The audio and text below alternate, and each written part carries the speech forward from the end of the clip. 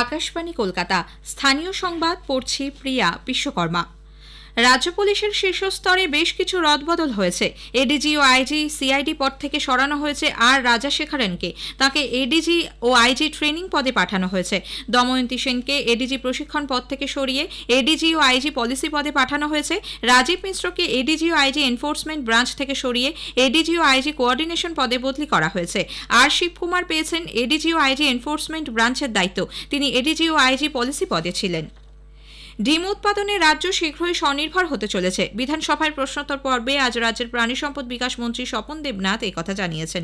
তৃণমূল কংগ্রেস সদস্য সমীর কুমার জানার প্রশ্নের উত্তরে মন্ত্রী জানান, রাজ্যে ডিমের বার্ষিক চাহিদা ১,৫২৮ কোটি। ডিম উৎপাদনে স্বনির্ভর হতে রাজ্য সরকার কি ব্যবস্থা গ্রহণ করেছে সে বিষয়ে বিস্তারিত তথ্য দিয়ে মন্ত্রী জানান, গত ১১ মে পর্যন্ত ৮,৬,০০,০০০ মুরগি ও হাঁস ছানা বিভিন্ন ব্যক্তি উপভোক্তাদের হাতে তুলে দেওয়া হয়েছে। ডিম উৎপাদন বাড়াতে রাজ্যে মোট ১১৪টি বেসরকারি খামার গড়ে উঠেছে। বার্ষিক ডিম উৎপাদন ক্ষমতা ২৫০ কোটি। এছাড়া ৩ লক্ষ ক্ষমতা সম্পন্ন খামার থেকে প্রতিদিন ২,০৫,০০০ ডিম পাওয়া যায়। ডিম উৎপাদনে রাজ্য দেশের মধ্যে চতুর্থ স্থানে রয়েছে।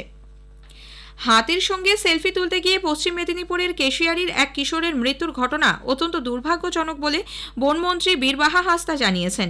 বিধানসভায় মর্মান্তিক এই ঘটনা নিয়ে বিবৃতি দিতে গিয়ে উদ্বেগ প্রকাশ করে বনমন্ত্রী বলেন, মানুষের এ ধরনের প্রবণতা বাড়ছে। শুধুমাত্র নিরাপত্তা কর্মী মোতায়েন করে বিপদ এড়ানো যাবে না, মানুষকে সচেতন হতে হবে।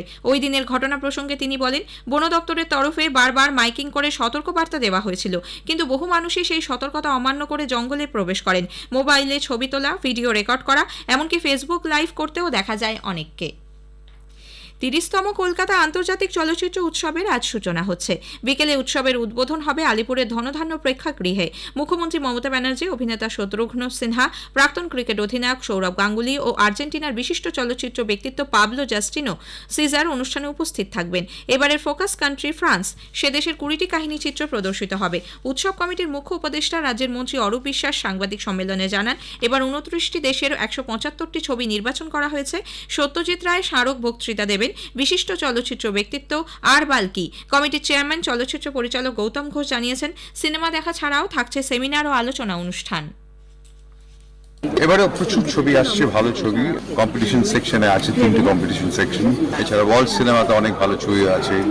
ট্রিবিউট রয়েছে যারা আমাদের ছেড়ে চলে গেছেন। তাছাড়া শতবর্ষ ট্রিবিউট রয়েছে, হরিশরণ দাশগুপ্ত, তপন সিংহ, মার্লন ব্র্যান্ডো, মার্চেলো ম্যাসরনি, এরকম আরো অনেকের। আরেকটা জিনিস যেটা করার চেষ্টা করা হয়েছে, সমস্ত সপ্তাহ জুড়ে অনেক ইম্পর্টেন্ট সেমিনার, সিম্পোজিয়াম, ডিসকাশন, এটা খুব দরকার। খালি ছবি দেখলে তো হলো না, ফিল্ম ফেস্টিভ্যালে আদান প্রদান হওয়া দরকার। সাধারণ মানুষের কথা বিবেচনা করে আজ সন্ধ্যা থেকে প্রগতিশীল আলু ব্যবসায়ী সমিতির কর্মবিরতি উঠে যাচ্ছে। রাত থেকে যথারীতি হিমঘর থেকে আলু বের হবে এবং আগের মতোই বাজারে সরবরাহ করা হবে। গতকাল বর্ধমানের বেচারহাটে আলু ব্যবসায়ী সমিতির কার্যালয়ে দীর্ঘক্ষণ বৈঠক শেষে সংগঠনের সভাপতি জগবন্ধু মণ্ডল একথা জানান। সংগঠনের রাজ্য সম্পাদক লালু মুখোপাধ্যায় জানিয়েছেন, রাজ্যে হিমঘরগুলিতে ৬.৫ লক্ষ মেট্রিক টন আলু মজুত রয়েছে।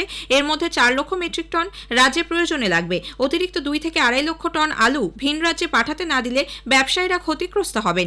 বিষয়টি খতিয়ে দেখার আশ্বাস দিয়েছেন মন্ত্রী। তাতে যদি সরকার মনে করে ধাপে ধাপে ছাড়া হবে আলু, সেটাও করা যেতে পারে। সান্দাকফুতে বেড়াতে গিয়ে দমদম ক্যান্টনমেন্টের এক মহিলার মৃত্যু হয়েছে। অনিতা ঘোষ নামে বছর ২৮-এর ওই মহিলা গত শনিবার সহকর্মীদের সঙ্গে বেড়াতে যান। আজ ভোরে বাড়িতে খবর আসে অসুস্থ হয়ে মৃত্যু হয়েছে তার। পরিবারের সদস্যরা ইতোমধ্যেই সান্দাকফু রওনা হয়েছেন। পশ্চিম বর্ধমানের রানীগঞ্জের জেমারি পঞ্চায়েত সদস্য কালীচরণ বাউরির বিরুদ্ধে জামুরিয়ার একটি খনি থেকে অবৈধভাবে কয়লা তুলে পাচারের অভিযোগ উঠেছে।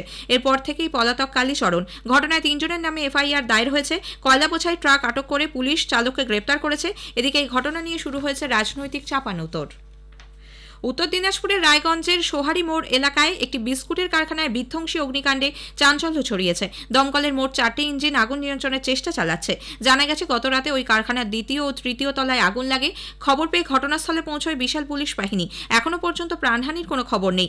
আশেপাশে ঘন জনবসতি থাকায় যে কোনো মুহূর্তে আগুন ছড়িয়ে পড়তে পারে বলে আশঙ্কা করছেন স্থানীয়রা। স্থানীয় সংবাদ শেষ হলো।